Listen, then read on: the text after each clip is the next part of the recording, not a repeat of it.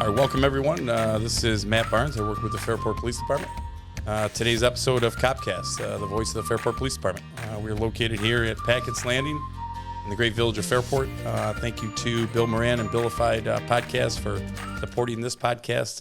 And today we have a couple of guests very interested in talking and getting their opinion on a topic that is well-versed in the news the last several months. And it's an important issue, too, and we'll get into it. But first, my guest off to my left, your guys' right, as the viewers sit here and listen and look, is Sergeant Matt Weber from the Fairport Police. Hey, everybody. I've been at Fairport for about 7 years and transferred over from Wayne County Sheriff's Office. And, enjoy working here. Sergeant Weber is very excited to be here on the podcast today. Special guest that I asked to come on the show here a month or so ago, and we finally talked him into it.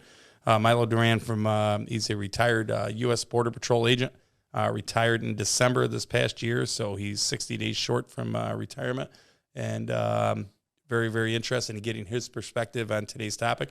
Today's topic, for all you listeners, episode 2 of the Copcast, is going to be the border. And I know you're asking, gosh, what does the Fairport Police way up in upstate New York know about the border or care about the border? And I think we're going to segue into why that issue is very salient here in not only New York, but every state in the continental United States. So, Milo, if you could just introduce yourself. My name is Milo Duran. Like he said, I was with the Border Patrol for about 20 years. Prior to that, I was in the military for about 8. Served with the 82nd Airborne Division there in Fort Bragg. All the way. All the way. It was good times. I come from a family of law enforcement. My father was a police officer on the island of Guam, where I was born. So that's how I ended up in San Diego. He joined the Border Patrol back in 1980, and ever since then, I was just fascinated with the work that they did there, and just hearing all the stories when they got together after work, and talked about what they did and the good things that they had done, and I was just interested since then. I think that's what led me into the military, and then eventually joining the Border Patrol.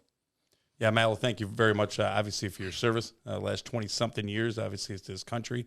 And thank you for willing to come on and be our guest. You're the subject matter expert today, so I'm going to hold you to that. And I just want to creep inside that mind of yours and find the information you have. Okay. But I truly, sincerely appreciate you coming on. Thank you very much for doing that. Thank you for having me. Absolutely. It's our pleasure. You mentioned a couple weeks ago, I asked you, I said, Milo, can you send me your bio just so I know, so who am I talking to and what questions I can ask? And as we try to prepare for this podcast to give the viewer and the listeners their biggest bang for the buck, right? And we try to be knowledgeable. He sent me a bio, and it was very, very long, and I had no idea some of the stuff that you had accomplished in life so far. And my response to you was, that's it? And you started laughing, and obviously I was being humorous with that, but unbelievable. And, you mentioned the 82nd Airborne, which is very near and dear to my heart. Obviously, I'm an Army paratrooper. I served in division down at Fort Bragg the same time you did. So we probably chewed some of the same dirt. I'm sure we did. As we say. So I appreciate that, too. And it was very comforting to find out that you served in division, too. So thank you for that. Today's topic, obviously, the border. We're going to get onto it. What does the Fairport Police talk about the United States border? And so this issue, I talked to a couple of news reporters. We had a meeting over to Channel 13 this week, and we were discussing, just about promoting relationships and fostering relationships between police and news and stuff like that. And it was a great meeting.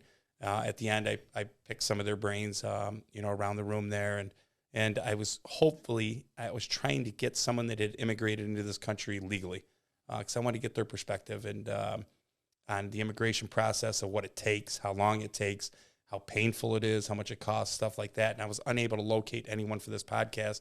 But if anyone's listening and knows anyone that is legally immigrated, gone through the immigration process, I would love to sit down and chat with them and get their perspective on this. I really, truly would. So we'll get right into it here. The border, the southwest border particularly, is where you have worked and know a lot about. Can you tell us where you've worked down on the southwest border? Yeah, so my first station was in Brownfield. I was in San Diego sector for about 4.5, 5 years. There was just mainly working the mountains, working the trails. We didn't really have much of infrastructure where we had cameras and and the UAVs at the time. So everything was on foot. It was a lot of ground pounding, a lot of exciting nights. I worked midnight shifts quite a bit, and the groups were just nonstop. You were busy all night long. This was back in 03, 04. At the time, they started pushing the traffic. They built it up. I think it was called Operation Gatekeeper, that when they started building an infrastructure where we had a fence that would actually kind of help us kind of push the traffic. And what happened was that traffic pushed to Arizona. So with that happening, they were asking for people to transfer to Arizona, and I was one of the ones that said, "Hey, I'm going to transfer out there and try working that traffic out there." So then I transferred just south of Tucson. It was a Naco station, which now called the Brian Terry station, from that agent that got shot and killed out patrolling in the Naco area. So I was there for about 2 years, and that was the Wild West to me. That was something I've never seen before, where the groups were, you're talking about hundreds, and there would only be 5 of us working that night, and we're just, trying to do the best we can with what we had. Our radio communications weren't really that good, so a lot of us were usually on our phones to talk to each other, asking where we're at. So it was something. It was a little bit of an eye opener. To this day, they put so much money on the border. The infrastructure got so much better. Our radios work a lot better.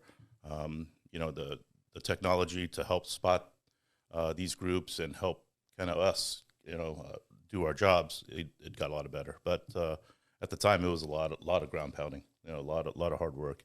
And then I went to the academy for about a year.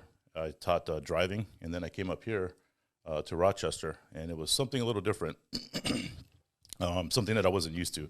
It was now I'm dealing with people who actually entered the United States legally. So here in Rochester, we have RIT, you have Cornell, you have all these great colleges here. And now I was dealing with visa classes that maybe people overstayed their visas.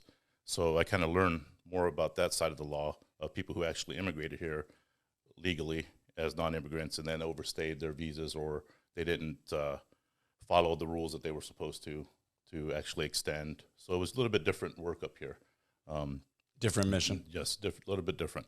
And that was an eye-opener because that kind of got you to learn pretty much immigration law a lot better. So it kind of made you a well-rounded agent. And we had guys that go back down south and get back to, working that border again. But it was the southern border at the time I worked at was pretty busy. It was pretty exciting.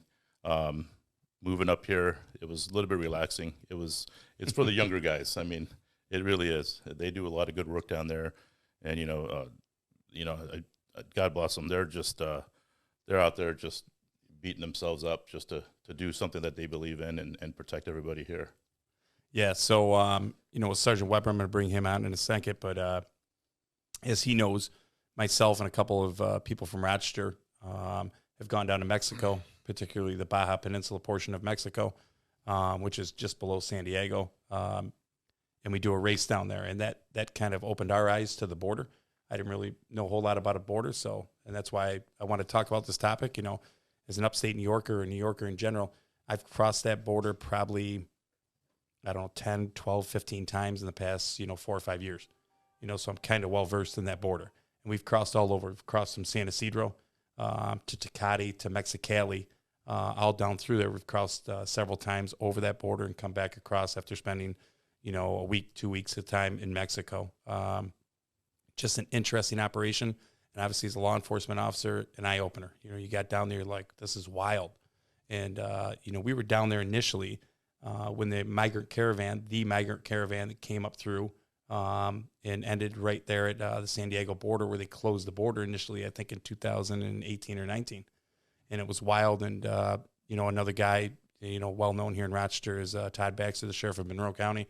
He was with me. We made it over the border at like 4:30 in the morning, and I think they closed the border at like 7 or 7:30 in the morning. And we were getting passed by pickup trucks full of Mexican National Police. How they stand up in the back of their pickup trucks down there, and that's the way they patrol. They got like a gate around the box of the truck. They load, 4 or 5 guys with, M4s or whatever their weapon of choice is that day. and they drive around, and that's how they patrol. We kept getting passed by those trucks. So we knew something was going on. By the time we got to border, there was a bunch of sticks and shields there, preparing for a riot, and rightfully so. That migrant caravan had, it started off with hundreds and ended up with 1,000, 2,000, whatever it was, people coming up to the border. And the Border Patrol agents stayed at the hotel that we stayed at in San Diego. So we got to interview them, and it was very, very interesting. And for those of you who don't know, when you talk about the border towns down along the southwest border, like Calexico or Mexicali or something like that, whatever the first word is, if it's Mexicali, if it's Mexico is first, that means it's in Mexico. And if it's like Calexico, that means California first. So just so you know, if that's in the United States or not in the United States, Mexicali would be in Mexico. That's down in Mexico. Calexico is just on the U.S. border. Obviously, California comes first in that word. So just a little border knowledge there. So we know a little bit about the border, probably more so than most people here in Rochester, just because we've experienced that border. And we'll get into some stories along the border. And it is the wild, wild west, literally down there. It is to the point where most viewers that view Fox or CNN or whatever your news choice is have no idea of what's going on down there. So I'll segue into that. Why is it important to us here in Rochester? Well, obviously, one, our safety. Who is coming across our open border, because it is an open border right now, which is crazy. Another thing is the expense and the lives. You mentioned the station that got named after the Border Patrol that was shot, Border Patrol agent that was shot and killed. I mean, that's someone's father, someone's brother, someone's lifeline that got shot and killed performing his duty. That shouldn't happen. That's not right. So, you kind of glossed over that. They just named a station after. That's a huge deal. It's a human being. It's a Border Patrol agent that gave his life and sacrifice of this country's defense is what it is. So, but, Sergeant Weber, I'm going to bring you in, and I asked Sergeant Weber here as a guest on here. And have you ever been to the southwest border? I don't think you have, right? No, I have not. Across the Canadian border? Yes. Yep. Yeah. So over there. Yeah. So the Canadian border too, and we got some, some different facts. You'll see me flip through my notes here, and I just want to do a little research to put it in perspective for me, so I'm knowledgeable. But more importantly, the listeners and viewers, the border, the southwest border, as everyone refers to it as, is the Mexico-U.S. border. It's 1,954 miles long, right? That's a long way. It is. From here to Florida is roughly 1,000 miles. That's almost 2,000 miles. So it's huge. The U.S.-Canadian border, our border, the one you've crossed, is 5,500 miles. How do you secure those borders? I don't know. I don't have that answer. I wish I did. What's your thought on that? Is securing a border, the right thing to do, or legal immigration, like I kind of led into with, trying to get an immigrant that someone's immigrated legally into this country and find out the process. That there is framework in place. There are laws in place. I think they're important. I know this has turned into a political issue, and I can't stand politics, but it is an issue that we need to, talk about. What's your view on that? Well, that's like the one thing currently going down in Texas right now, which I don't understand, is we have the state of Texas and other states helping, and then you got the federal. I don't really understand that battle currently going on. And that's what's all over the news is, whether it's Eagle Pass or here, Texas is doing this and that, and the federal government, it seems like there's some kind of battle, and that's what I really don't understand, what's kind of going on. Right. So you have the governor of Texas down there trying to do the best he can to protect his communities. It's something that he knows that he can't support, and he's not getting the support of the federal government to do what needs to be done to stop it.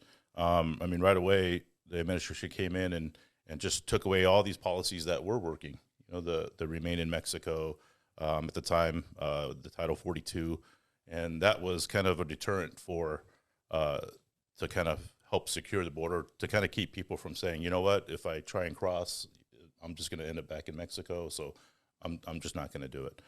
So when those policies went away, and you just welcoming them more and more, it just built it up so bad that it's uncontrollable. Why are they stopping them? I couldn't tell you. It just blows my mind that they just don't think of it as an issue. I think they have a blind eye of what exactly is happening and what's coming through. I think they just look at, well, we need this, we need these workers. Yes, we do, but there's a legal process to do it. And I wish I could answer that, why they think that way, but I have no idea what plan they have. Yeah, I want to expand on that one point you just made. There is a legal process. You know, I don't know. I've never been through it. You know, I'm sure it's time consuming. I'm sure it's expensive. But there is a legal process. You know, there people are go through that or do go through that. And you bring up a valid point. And just because there's a wall, and there was a lot of talk about the wall and stuff like that, the wall doesn't mean keep out. It just means use the door. Right. You know, there is process in place for legal immigration. A quick story, and I'll get back to you. When we crossed over in, I think it was the original time we went down with the migrant caravan, we were lucky enough to make it over the border. I was talking to a female that worked at a hotel in San Diego. Her and her daughter lived in Tijuana, and they came over every day to San Diego to work in the hotel. I think they had dual citizenships. Is that legal to do?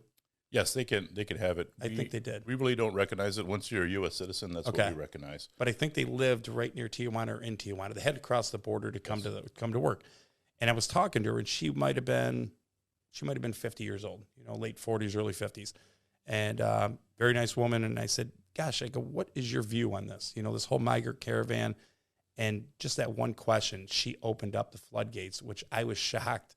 And she basically, in some substance, went on to tell me that she hated the migrant caravan. She said the majority of people were Guatemalans, I think, and I guess the Mexican people didn't appreciate the Guatemalans wanting to get free entry into the country because they were making it harder on them, i.e. the border crossing closing that day, making their lives harder. And they said they just need to go through the legal immigration just like I did. And I looked at her, and it's not the answer I expected. And I was shocked, and I said, "Gosh," and I forget her name. I wish I remembered her name, but she said she went on and on and on about that, and she was all for legal immigration. And it took her, I want to say 2, 3, 4 years to become a citizen. It was a long time. It was not an overnight process, but she was all for legal immigration, and it shocked me. And I even told her, I said, "Why isn't CNN or a major news outlet talking to you? Why don't they find you during an interview?" You know, I don't know, you know, whatever narrative, everyone's talked about the narrative and supporting their narrative. This was just an honest answer from her. I was shocked to hear it. It was kind of refreshing, to be honest with you. I was shocked to hear that. I did not expect that out of her, but it was surprising nonetheless. Go to Tijuana. I mentioned Tijuana. So Tijuana is just the border town just south of San Diego. So here in Rochester, we talk about why is this issue important, you know, the safety of the nation, so on and so forth. Let's put this in perspective. Tijuana, as you probably know, Sergeant Weber, how many homicides do you think were in Rochester here a couple years ago? It was an all-time high. You know?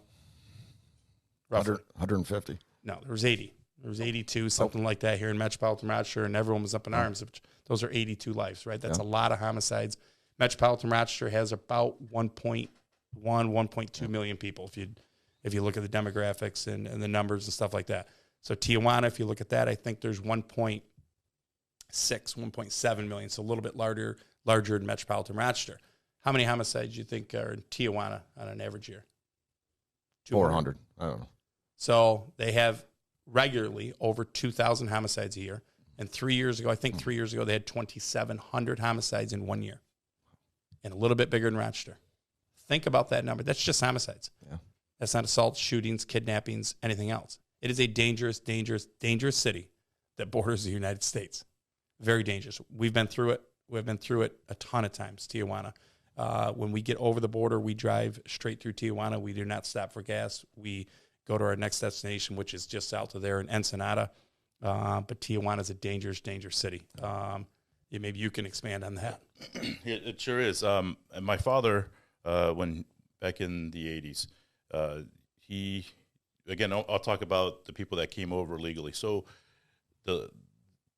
there's people that live in Mexico, in Tijuana, and they actually come to the United States. They work, and then they go home. They pay their taxes. They loved it. You know, they come back and forth. During this time, my father was working overtime at the port of entry, and one of the friends that he made was a local police officer in Tijuana, and the stories that he had, Can't imagine. He's been shot. It's to the point where they say that a lot of them, they don't pay him very well. So the corruption within the department is you got to have an eye, keep an eye on them, especially when you meet them there at the border. You never turn your backs on them because they just work for bribes, really. Yeah, and it's I think that's what kind of makes it pretty dangerous. There's no really law and order. I mean, if you can't have law and order amongst the police department that you support in that city, it makes it for wide open. And I think there the money talks. And he talked about the corruption and the times that he felt in danger, even working with his fellow police officers. Oh, I bet. Yeah, so you talk about the bribes. First time I crossed, 2018, we drove down, met up with a buddy who lives in San Diego, and we drove across. And before we got to the border, he goes, "Have you ever been, to the desert?" I said, "No." He goes, "You've never been to a desert?" I go, "No, not really." I said, "I've read about it." You know what I mean? So it was a whole new experience. When we got to the border, as you know, you first go in, it says, "Welcome to Mexico," and there's no gate, there's no fence or anything like that. It said, "This is it." And then once they get you into Mexico, then there's a gate, and then you go through immigration or whatever.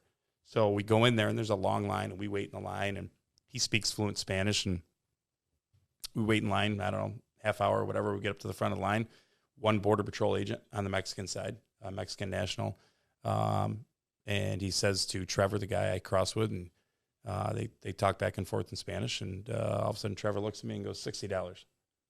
I go, $60? He goes, $60. And I go, I just watched 120 people go through. No one paid anything. And Trevor goes, $60. And I'm like, okay, $60. So I took $60 out of my wallet, handed it to the cop. He put it in his front right pocket and looked at me. We turned around and walked over into the border. Yeah. And that's just the way it's done. Yes. You know what I mean? And the last time I was there was last year. I crossed last November. So 90 days ago, I crossed that border several times.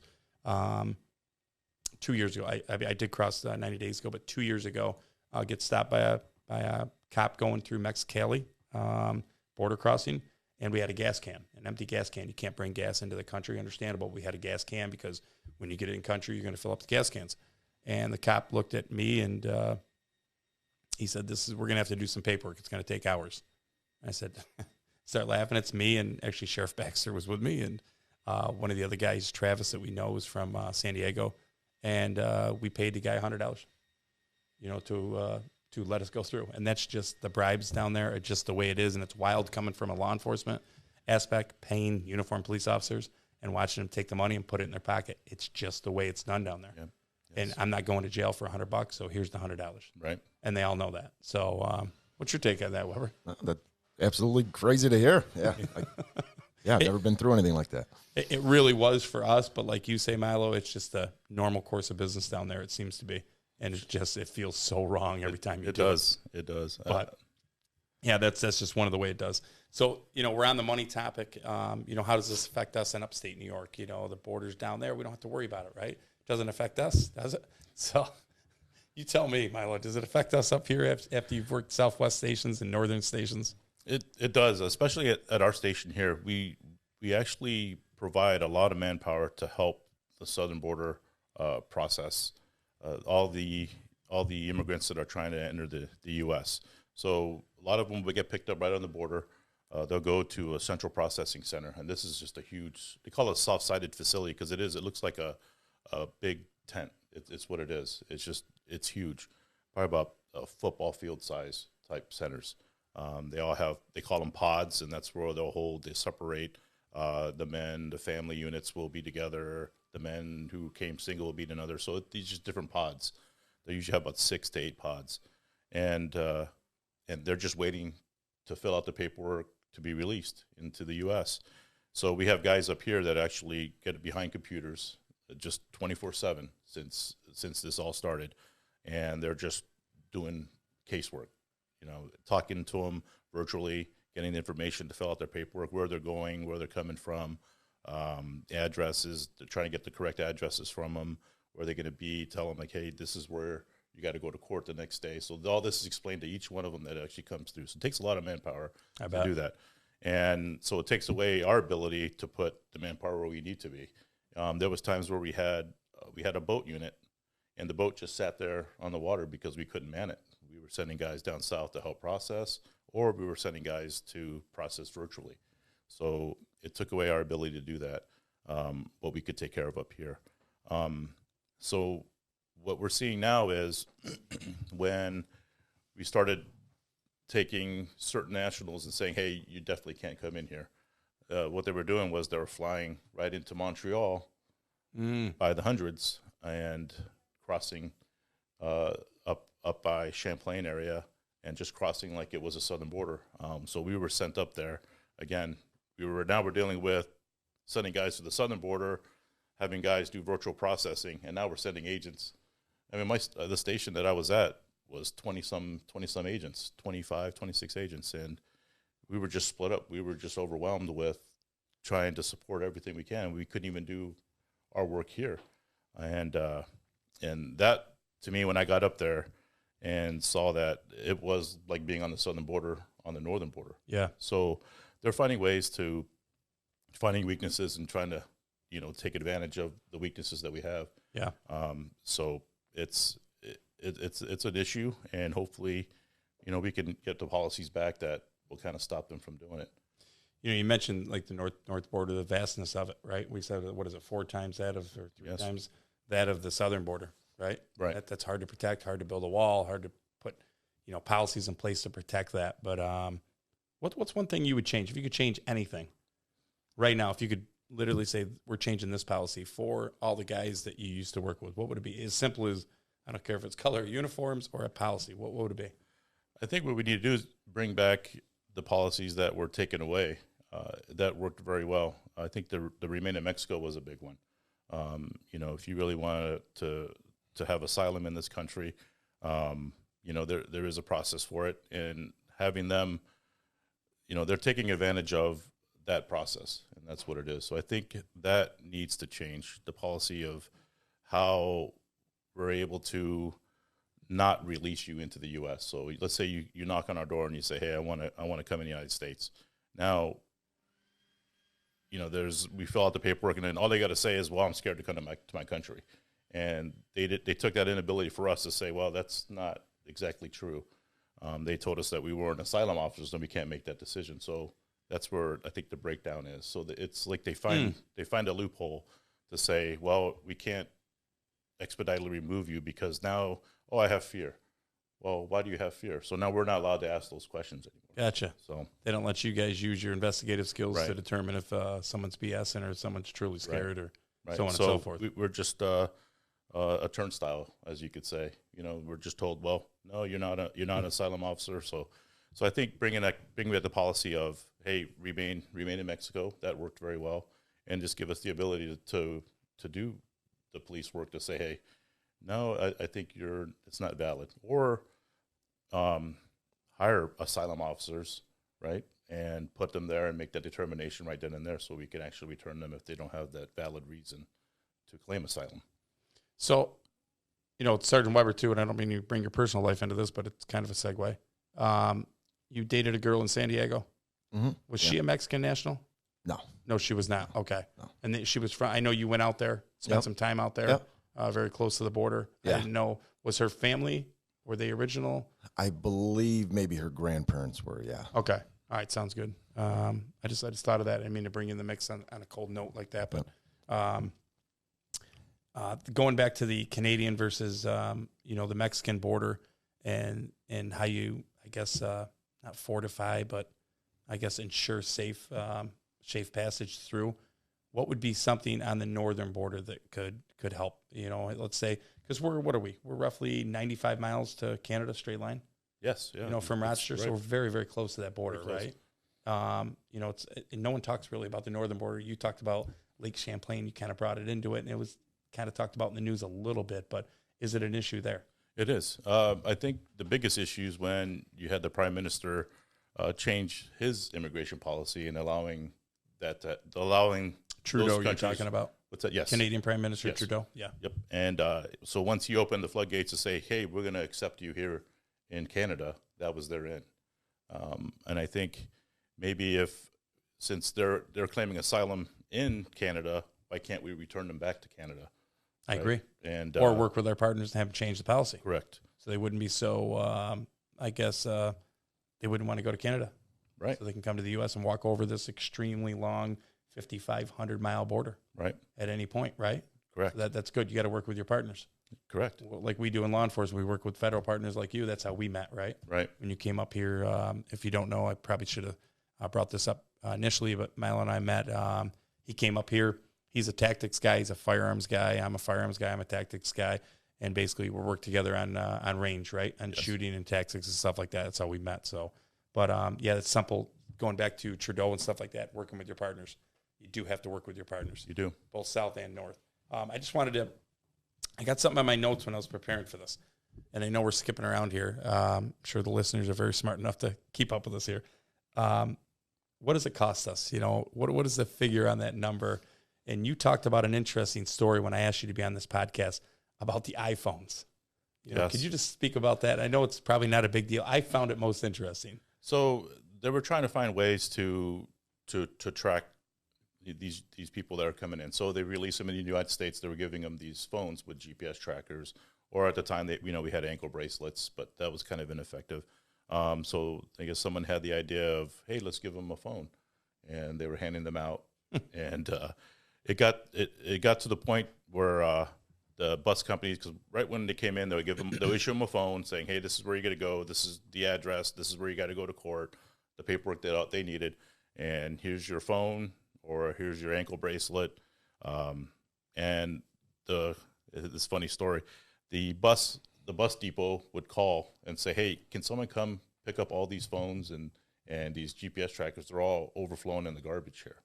So right away they were just tossing them.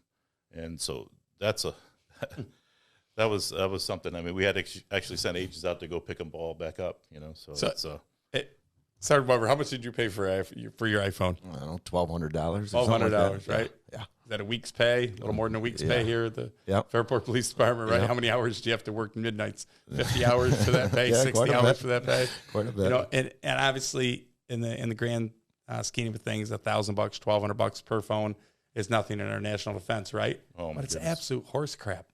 Think about that. We're giving out iPhones on the southern border to non-residents, non-U.S. citizens. It's crazy. And then they're walking to the bus line, because we're busing them other places, walking to the bus line and throwing them out. Yeah. It's ludicrous. When you told me that, I'm like, get out of here. You know, let's talk about the money thing for a second. Mayor Adams, New York City mayor, ex-cop, right? Ex-New York police officer.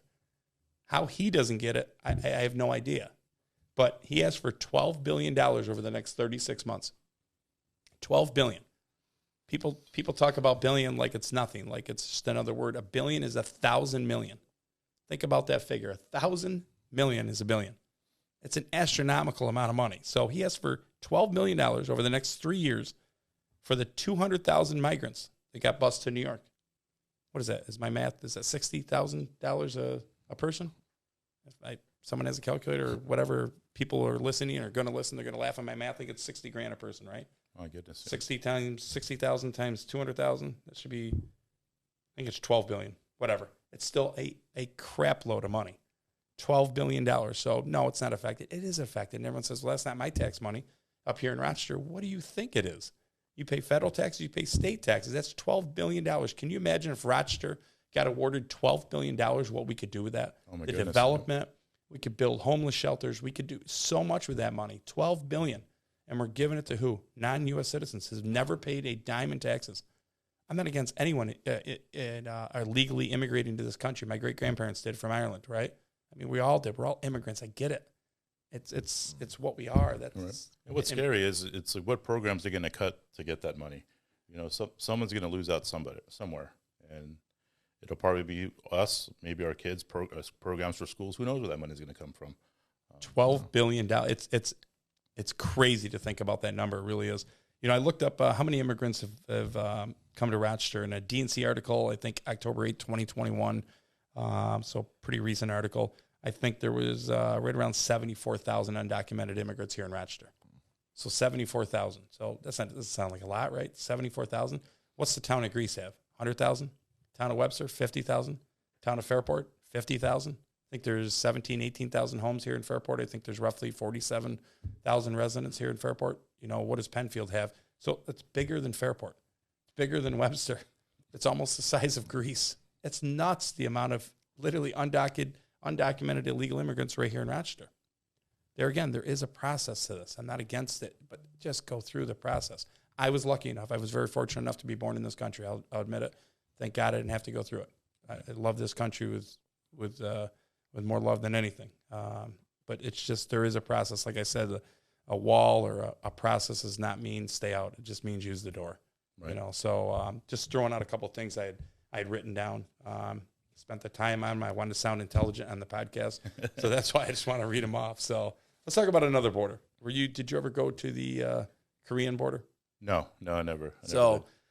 And there again, what does the Fairport Police or upstate New Yorkers know about borders? I had the privilege, I guess, of spending a year on the most fortified border in the entire world, and that's the Korean border along the 38th parallel.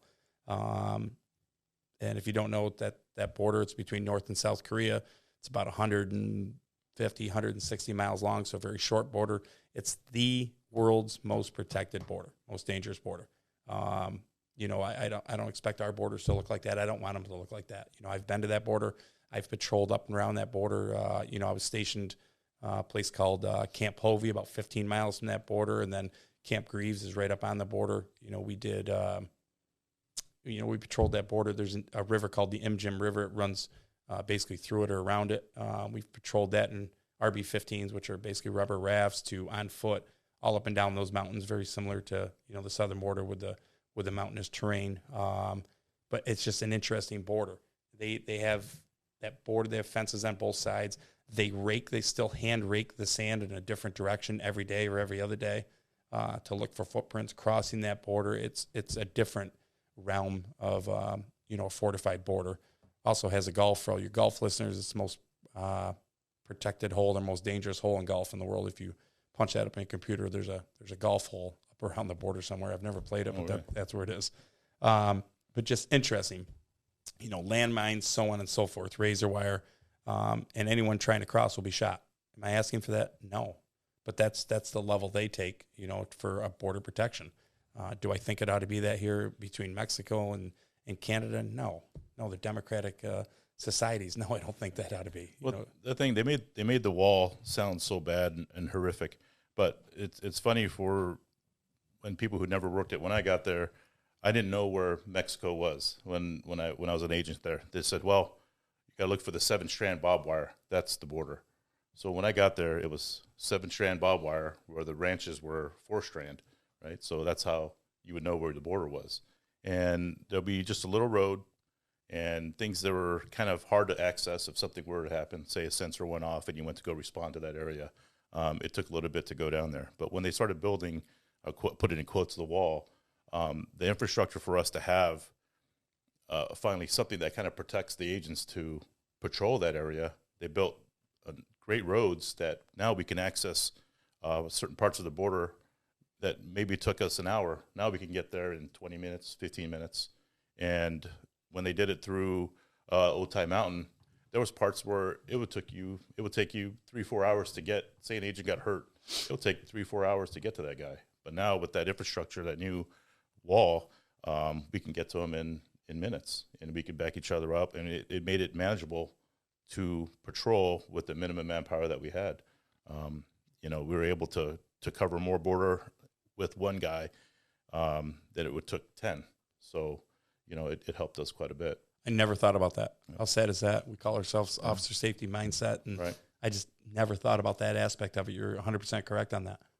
Can you imagine working that sector and having your help or your backup take 3 or 4 hours to get to you? No, I couldn't. Just like you were saying, only having a few guys and who knows how many people are coming. No, I could not imagine that. Right. Yeah, there's so many aspects to this, and I'm not trying to bore the listeners because the border is always on the news, but you could talk about so many different aspects of this. That's one of them I never thought about, even in doing my research and being down there at that border. And I've seen the wall, as you say, quote unquote, the wall. I don't know why there was such a big deal about it. Right. Really, it's a great idea. And I think this administration, the President Biden administration, I want to say, has picked up. And now, and it's an election year, I get it. Let's not get into politics. I hate politics. But now they want to build sections of it or move forward with that. Right. It's just ironic. We're 8 months away from a presidential election, right? Right. And all of a sudden, the border wall wants to be built. Come on. I mean, how many people? I think we did a research. Hold on. I think it's 2.5 million people crossed in 2023.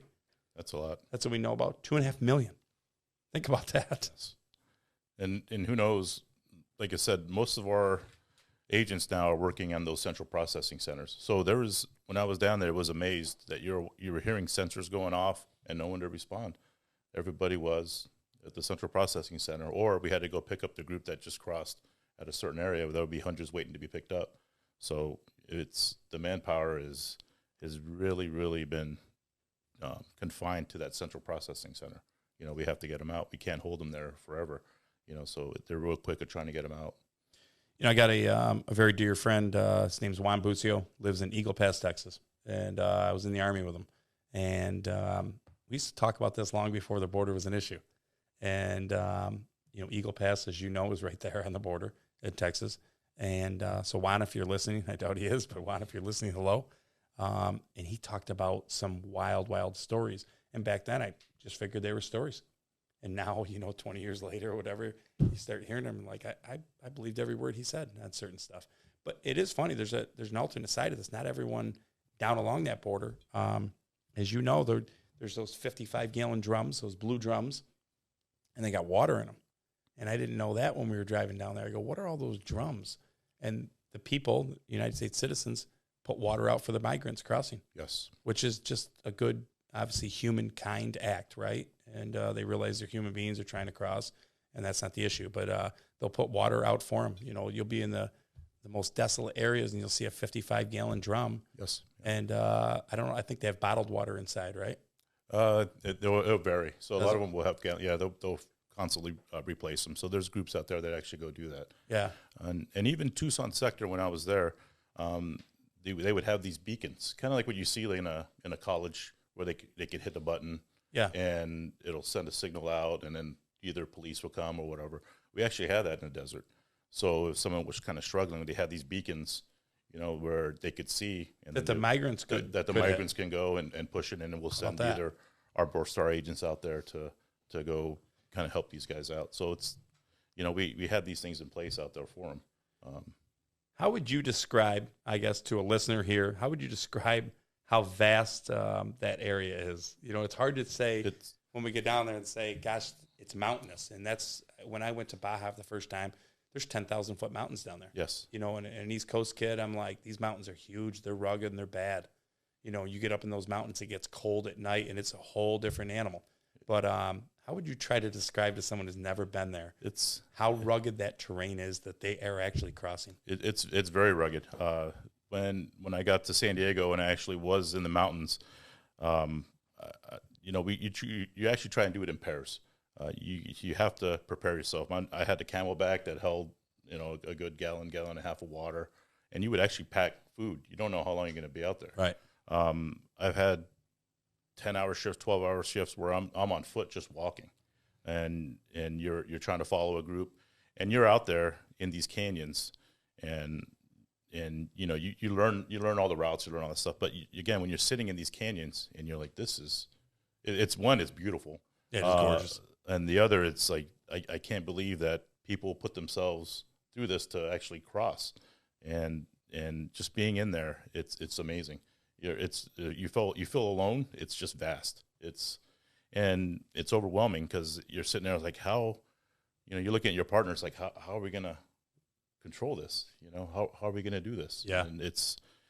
But you know, what kind of pushes you, and I remember our mind is, you almost kind of want to, like, hey man, it's getting kind of late. Maybe we should pass this on to the other shift. And then your partner goes, Milo, we don't know. It could be a terrorist. It could be, and he kind of puts it in perspective. So it kind of kept your push going because you never know what you're gonna apprehend. And it could be. I mean, there's many criminals that were deported that are trying to come back. So you know, we were catching in those groups. I mean, we were catching some pretty good criminals that I'm glad we caught them. Oh, I'm sure, and I'm sure.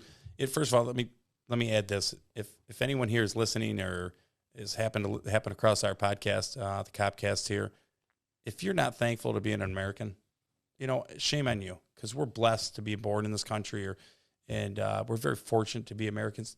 We're not without our problems. I say that, you know, often. I get that. So many people would like to come here and experience what we have that we probably take for granted. I try not to. Him and I talk about it. You know, we complain. Cops complain. look at life is pretty good, right? People are literally dying or trying to die to come have our life, you know, and we're not against that. It's just, it is amazing. We're very fortunate for all the people who want to complain about our country or say this, go try something else. You know, if you truly don't love this country, go try something else and then come back. Maybe you'll appreciate it, you know, or go travel. How about that? You don't have to leave it.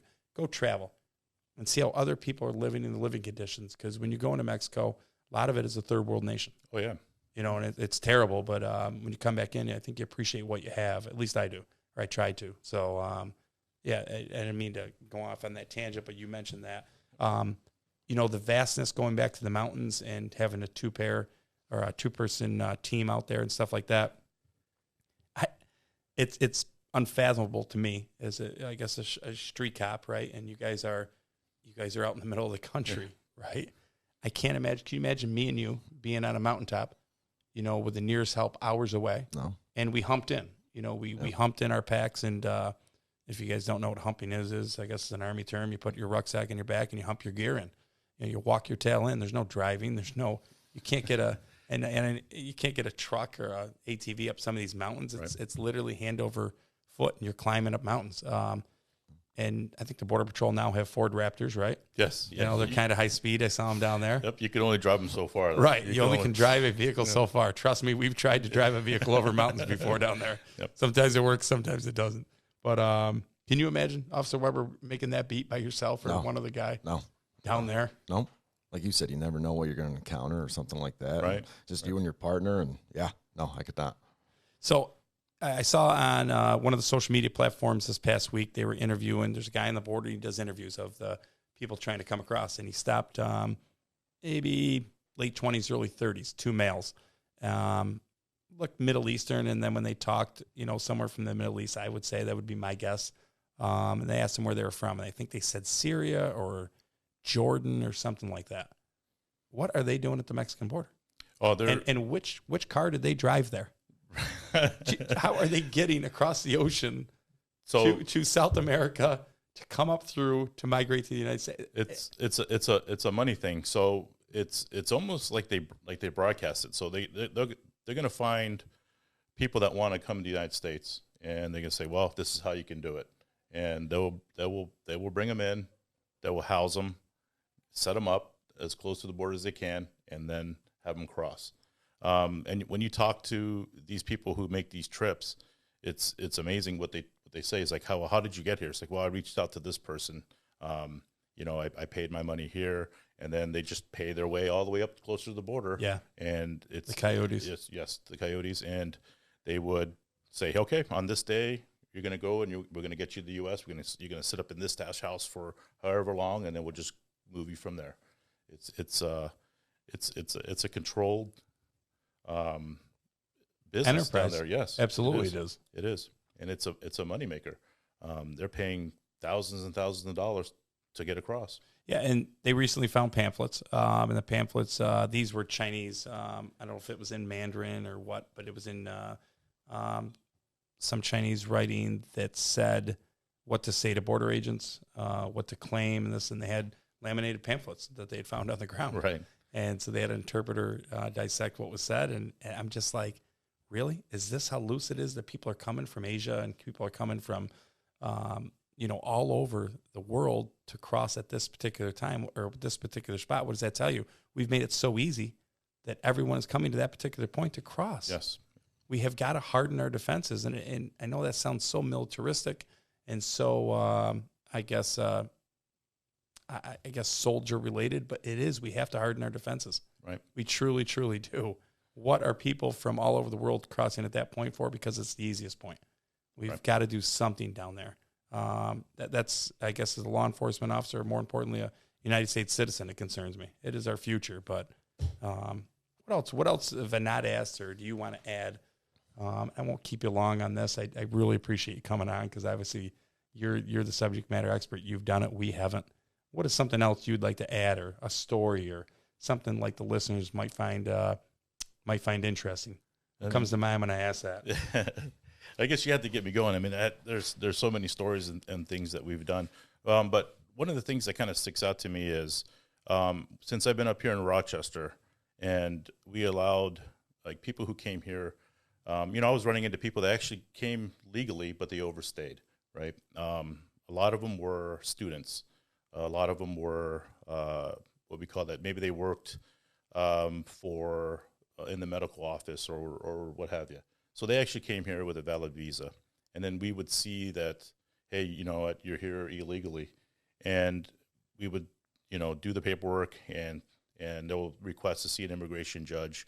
But some of the good things about it was, these people didn't know the process of maybe changing their classification over, and we were able to help with that. And to have them actually come back with their lawfully admitted permanent resident card and thank us for saying, hey, you know what, I'm glad I ran into you. And it's funny because they say, I'm glad you arrested me, because you don't get that very often. Right, you don't get that very often. I'm glad you arrested me. And that's kind of good because, they had the intention to come and doing the right thing, and maybe they just didn't know the process of changing their classification. But knowing that we help them do that, and they're actually contributing, to our culture, either in a business or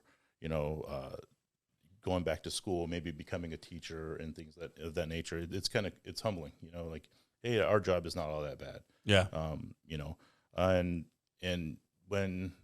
The manpower that we put to actually, when we catch a group and someone tells us they're injured or they left somebody behind, we go through great extent of trying to find that individual. I believe you do. We have, we have those agents that actually train for this, and they'll go out all night long looking for maybe a daughter, a mother was left behind, because we talk to the group, say, hey, anybody left behind?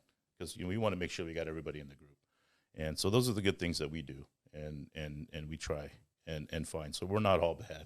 Boy, that's a great point. That's not touted in the news much, is it? Right. No, it's not. How about that? Right. The lengths and the painful efforts that obviously law enforcement goes to find, even though they're illegal, to find, because it's a human being you're looking for. Right. And the extent that we go through when at the Central Processing Center to verify that these are family units and that these kids aren't being trafficked. That's another thing. A whole nother issue. So the lengths that we go through to make sure that, hey, these are your parents, because a lot of them aren't. So yeah, gosh, you overlook that very, very simple fact. You're right. Yep. Gosh, you talk about criminal enterprises and stuff like that. Human trafficking is a huge, huge issue. It is.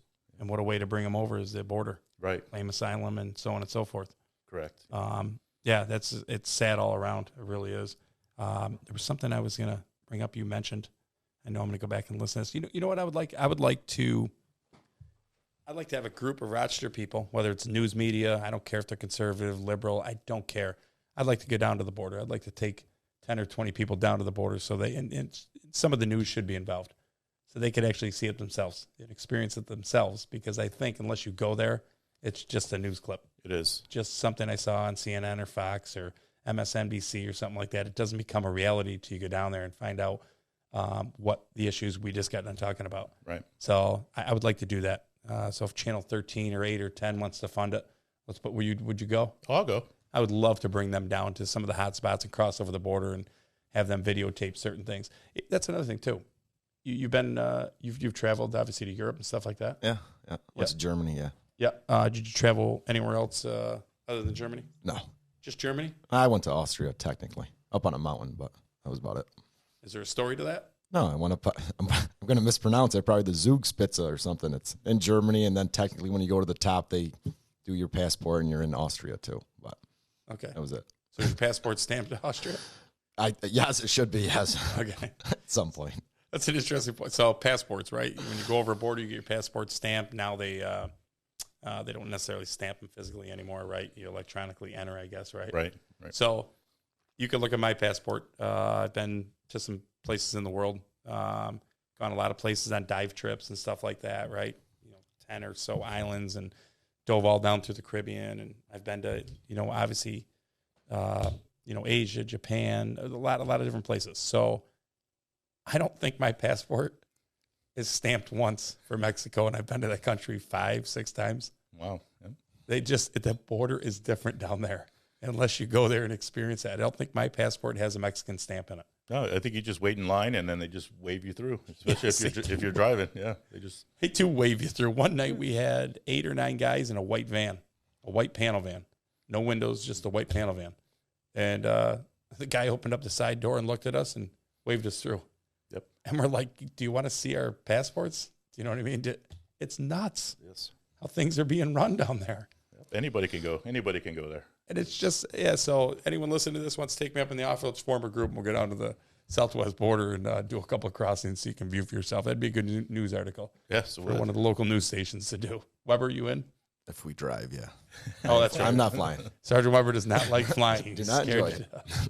Do not enjoy it. Who was that? John Madden that wouldn't fly anywhere?